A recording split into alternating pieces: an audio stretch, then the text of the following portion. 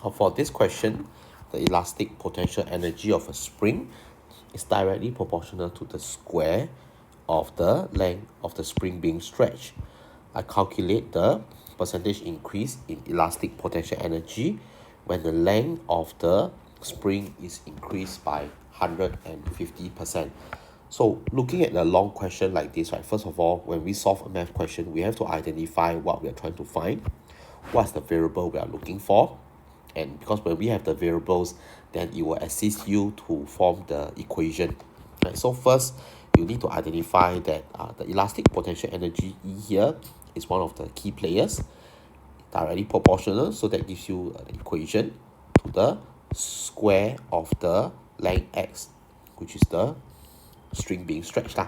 Okay, basically it's the when we stretch the string, there's a certain distance, and this distance is represented by x. So E here, which is the elastic potential energy, we have to look at our key player. What is the elastic potential energy? So this elastic potential energy, that is our E. Okay, you must know that you are first to form the equation, that's the most important. Length x, length of spring being stretched, the length of the spring being stretched, that is your x. Okay, so E is seen in terms of units and x is seen in terms of cm. So once you have these two, right, and you know that they are directly proportional, then you can form that E to the square is k of x squared. Now this one is very important. If you must be able to read the entire question and break down the first sentence in order to get this equation. Okay, so once again, for this type of question, how do we go about doing it is we know that there isn't really a particular k that we can find, but what you can do is you consider that okay, we have an O set of values, which is E naught and K naught. Okay, so if you have E naught and K naught, right, then we can write down the first equation, E naught equals to K naught x squared, right? And we write down a second set of equation, E1 K1. This is the new E and the new K. Then E1 will be K of x1 squared. So how we go about doing this is that we know that the connection is that the length of the spring is increased by 150%. So the connection between these two is, you know, that from here to here, that x1, which is the new length, is 2.5 of the original x naught. Okay, because when we say that we increase by 150%, this we are so called adding. It means that we are adding 150%. Okay, we are adding like 1.5 of the original, okay, to x naught. Okay, so x1 is found by adding 1.5 times of the original to x naught. That's why I can say that x1 is 2.5 of x naught. Okay, so from here again, how do I go about doing this is I will now erase x1 and I replace this with 2.5 of x naught.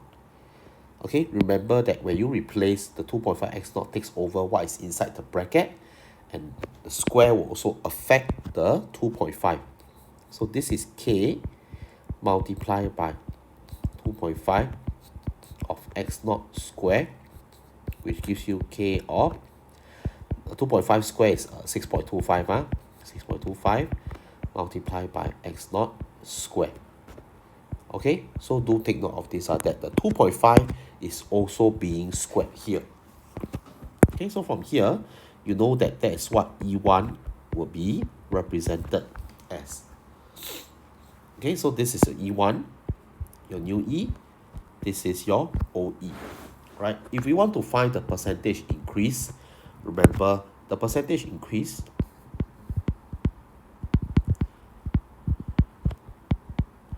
let me just write it out slowly.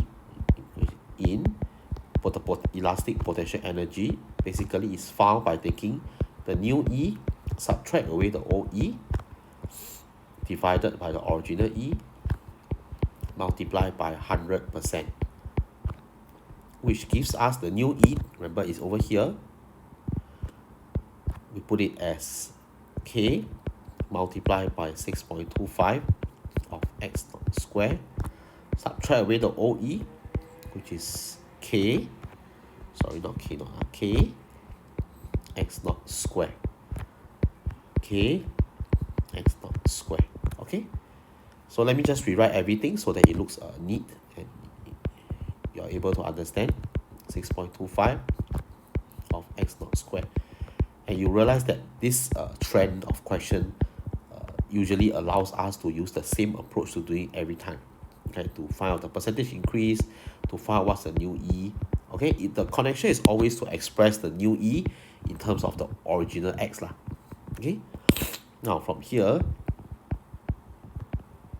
what do I do next? Okay, I will cancel out my K. It's a common factor. I will cancel out my x naught. That's a common factor. Now after cancelling everything, then okay, remember it's not 0, but rather it's left with a 1. You're left with a 1. So this just gives us 6.25. Subtract away 1 over 1 multiplied by 100%, which gives you the final answer to be 525%. Okay, so because this is 5.25 and you multiply by 100, so that's 525%. So that is your answer for part A. Okay, this is the answer for part A. Alright, okay, so let's look at part B. So for part B, we look at force. Again, in terms of newtons, I think you study your science, you know that the Newton is the unit for force lah, okay? So don't worry if you find that the words are very overwhelming. Main thing is to identify the variables lah. So F here is the force of attraction between two magnets, right? So if you have imagined that there are two magnets, magnet 1, magnet 2, and I mean the closer they are, the stronger the force, right? And the further they are, the weaker the force, right? So in a sense that the force between the two magnets will be inversely proportional to the square of the distance between the two magnets. So we identify again that what are the variables that we're looking at. One will be F and one will be D. Okay, so for part B, make sure that you can identify the two variables. One is F, which stands for force. One is D, which stands for the distance between the two magnets. And this is the force of attraction between the two magnets. Okay, sorry for writing some short form here. Now, because they are inversely proportional to the square of the distance between them, I have F equals to K over D squared. Alright, the force is inversely, so F is inversely proportional to the square of the distance, so it's D squared between the two magnets. Right, so from here again, when the magnets are a certain distance apart, the force is 225 newtons. Again, what I will do is, that's what I do in every question, we have to first define an O set of values, right? An O force for F naught. So this naught here basically means 0, or 0 means like I'm defining an O set of values, and also I define a new set of values, which is F1 and 1. So I hope you are comfortable in that, and you should be, because this is going to be very common as you get older to upper GH, right? So this is subnotation. F0 N naught, F1 N1. F0 N naught, I don't know what is it, but I know that when I have a certain N naught, distance, my bad. D naught, right? D naught and D1. So for a certain distance, right, then your force is actually F naught is 25 newtons.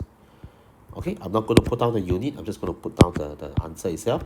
Now, D naught is unknown. Now, I'm going to triple this distance, which means that, again, I don't know what is F1, but I'm going to triple this distance. So what tells me here is that D1 will be 3 times of D0. So I have an original D1 and I'm going to cancel it and I'm going to put 3 times of D0. So that's the relationship. Okay. Okay, so if I make D K the subject, I know that K is a proportionality constant. It will always be equals to the product of any set of, a particular set of F multiplied by D squared. So I can say that my K is also the same as either F0 times D0 square, or it can also be the same as F1 times D1 square. Okay, so my F1, F0 here, remember the O set is O force is 25. My D0 here, my D1 is actually 3 times of the original distance. Okay, my new distance is 3 times of the original distance. Remember, when you put the 3D0 again, do not forget the square.